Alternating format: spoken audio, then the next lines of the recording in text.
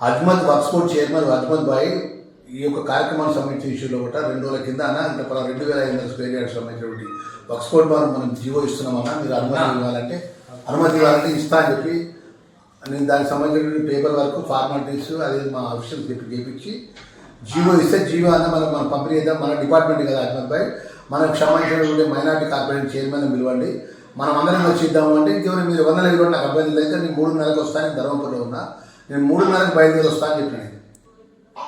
నేను 3:30కి బయలుదేరి వస్తాను చెప్పి నేను 3:10 నిమిషాలకు మా మినిస్టర్ కూడా మా విస్కాట్ మా వాళ్ళు భోజనం చేయలేదు అన్న, నేను ఇప్పుడు భోజనం చేస్తున్నా 15 నిమిషాల్లో నేను ఆడ చేరుతా అని చెప్పిన. చేరుతానగానే నాకు ఫోన్ చేస్తే ఫైన్ కూడా చెప్పిన, నేను 3 కరెక్ట్గా బయలుదేరుతున్న వయసు నేను ఆడ చేరుతాను.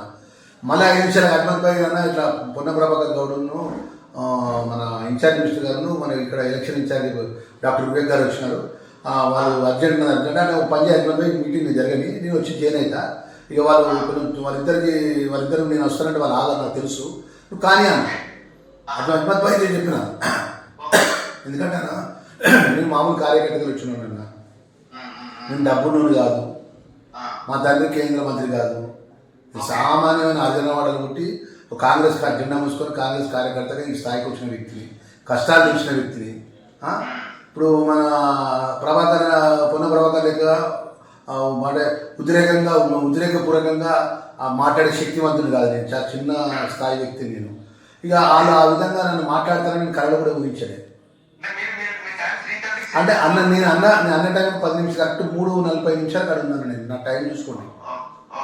నేను నా కన్సల్ట్ శాఖ నేను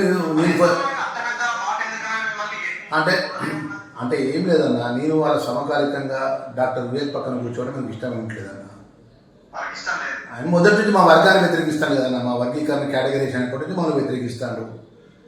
వీడు ఒక ఆ వర్గం మీద నా పక్కన సమకాలికంగా కూర్చుంటాడు, వీళ్ళు లెక్కెంత నేను లేచిపోతా అంటున్నాను.